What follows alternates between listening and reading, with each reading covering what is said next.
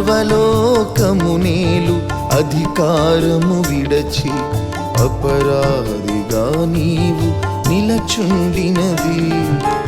అపరాధి అయిన పాపిని తీర్పు పాలు కాకుండా కాచుట కోసమని బలహీనుడైన ఈ మనుష్యుని మరణ తీర్పులో నుండి విడిపించాలని అపరాధి అయిన పాపిని తీర్పు పాలు కాకుండా కాచుట కోసమని బలహీనుడైన ఈ మనుష్యుని మరణ తీర్పులో నుండి విడిపించాలని.